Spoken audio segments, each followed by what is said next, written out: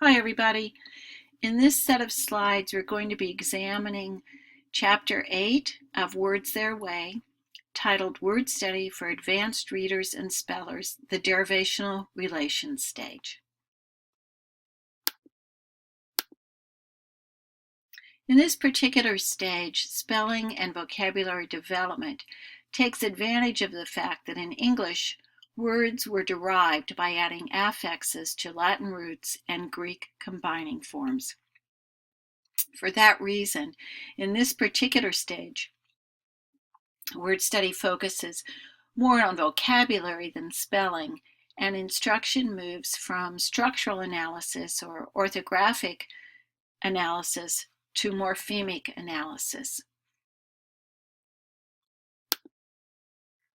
Students are solidly within the meaning layer of the English orthography. They're exploring Latin and Greek word elements, and by doing so, they're able to analyze and understand domain-specific vocabulary. Their chunks are changing.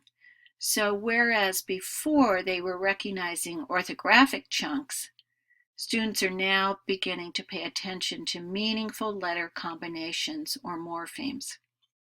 So whereas the intermediate reader might take the word morphology and divide it in order to support pronunciation, more, fa, lo, g, advanced readers are looking at even bigger chunks. In this case, meaningful letter combinations, morph meaning structure, and ology meaning study of. Although it is not really the emphasis in this stage, kids are continuing to develop as spellers. So they're learning more about unaccented syllables, suffixes and prefixes, and Greek and Latin letter sound correspondences. Vocabulary knowledge, however, grows exponentially.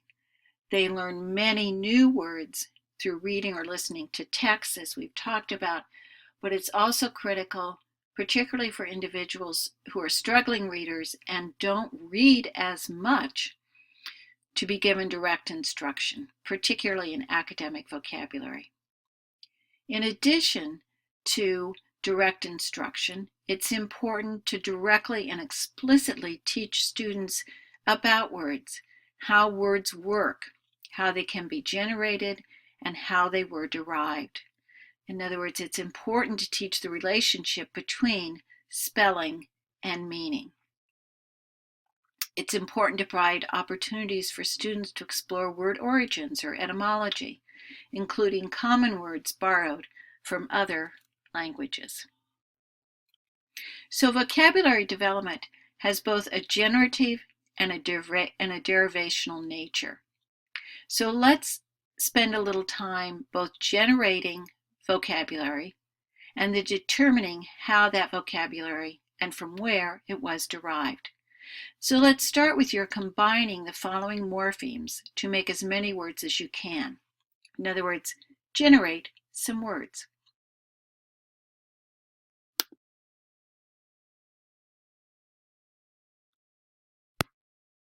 So I'm pausing here to give you some time to build words with morphemes, but you stop the tape if you need more time.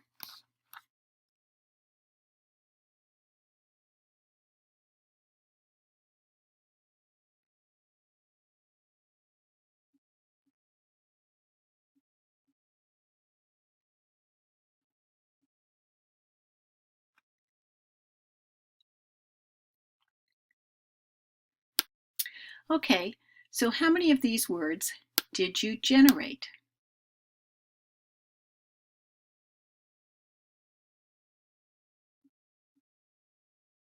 Add those that perhaps you didn't generate, and now sort those words, categorize those words by language of origin.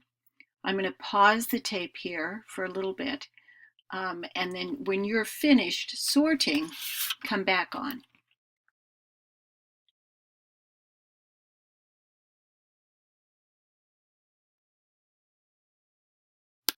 Okay, let's see what you came up with. Touchdown, touch up, downtown, uptown, back up, touch back, touched, and downed are all of Anglo-Saxon origin. These are made up of primarily free morphemes, words that stand on their own, and you see a number of compound words there. The second column represents words derived from two Latin roots, struck, meaning to build, and ject, meaning to throw or to lie, and then common prefixes and suffixes added to them. The third column, Greek combining forms, takes advantage of phone, meaning sound, geo, meaning earth, bio, meaning life, and ology, meaning the science or study of, and graph, meaning to write or record, so that you can see how many words can be generated by those two Latin roots and those three Greek combining forms. If you remember this from the last set of slides, we talked about morphemes as being free or bound, and bound morphemes including suffixes, and suffixes including those which are inflectional and those which are derivational. There's an important difference between those two categories. Inflectional suffixes do not change the word's part of speech. So you can add ed, s, or ing to exceed, and it will still be a verb. You can add ed, s, or ing to complete. Completed, completes, completing, still a verb. You add er or est to big, bigger, biggest, it's still an adjective. And you add er or est to tall, taller, tallest, still an adjective. Not the case for derivational suffixes. So for example, excellent is an adjective. It's derived and can generate excel, which is a verb. So play around a little bit with these words. Excuse, what part of speech is that? And how do you make excuse into an adjective? Expansive, what part of speech is that? And how do you make that word into a verb?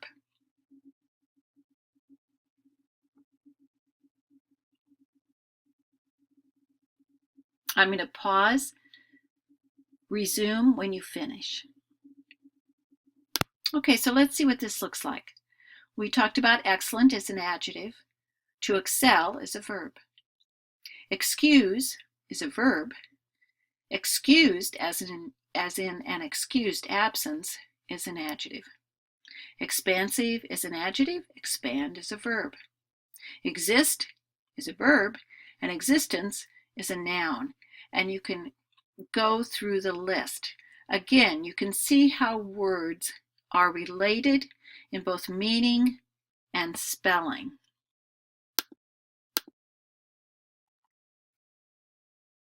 And words that are related in meaning are frequently related in spelling. Inspect, inspector, inspection, spectator, spectacle, spectacular, spectrum, speculate, all from the Latin root spect, meaning to see or observe. Circumscribe, inscribe, inscription, postscript, ascribe from scrib or scribe, meaning to write. Incredible, credible, discredit, incredulous, credit, and credence from cred, or to believe. And factory, manufacture, facsimile, facilitate, and artifact from fact, meaning to make or to do. Now, although words that are related in meaning are frequently related in spelling, they are not always related in pronunciation. And Words Their Way talks about some of these shifts, consonant alterations and vowel alterations. So sometimes a letter, a consonant in particular that is silent, is sounded in a derived word. sign and signature, select, selection, music, musician, office, official, crime and criminal, compete and competition, and local and locality. And you can see the kinds of shifts that are being made.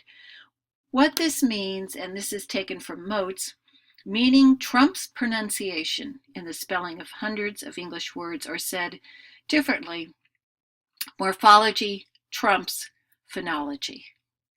And what may have happened is a perfectly good word like Trump has taken on all sorts of meaning currently. The Latin-Greek connection, the piece that I assigned in addition as a supplement to the Words Their Way chapter, summarizes, I think, a lot of what we've been talking about. Most of the academic words in English are derived from Latin and Greek. Most of the challenging multisyllabic words in English are derived from Latin and Greek. And as I mentioned earlier, a single Latin or Greek root or affix can be found in and aid in the understanding of approximately 20 or more English words. Again, the studying of morphology can be very productive in terms of vocabulary development. And because Spanish is also a Latin-based language, Latin and some Greek can be used as a bridge to help Spanish-speaking students use knowledge of their native language, Spanish, to learn English. And we call words in different languages derived from the same root as cognates. Content, contento, furious, furioso. And there's a list of those on page 295 in your book. So that's really it. Not only for the derivational relations stage, but for the Words Their Way textbook, which remember is about word study, individual words. And so next week we're going to shift over to C, comprehension of connected text, when we look at I read it but I don't get it. Here's your activity, your exercise for this week.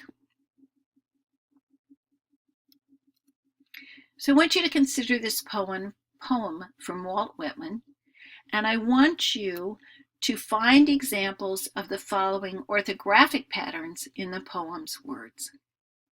Some of them we've looked at in depth, some you'll have to go back and look at Words Their Way, but for the most part, we've talked about these patterns, and so this is somewhat of a summary of the Words Their Way, particularly in terms of orthographic analysis. So have fun with this. And the final set of slides for this week is about tutoring.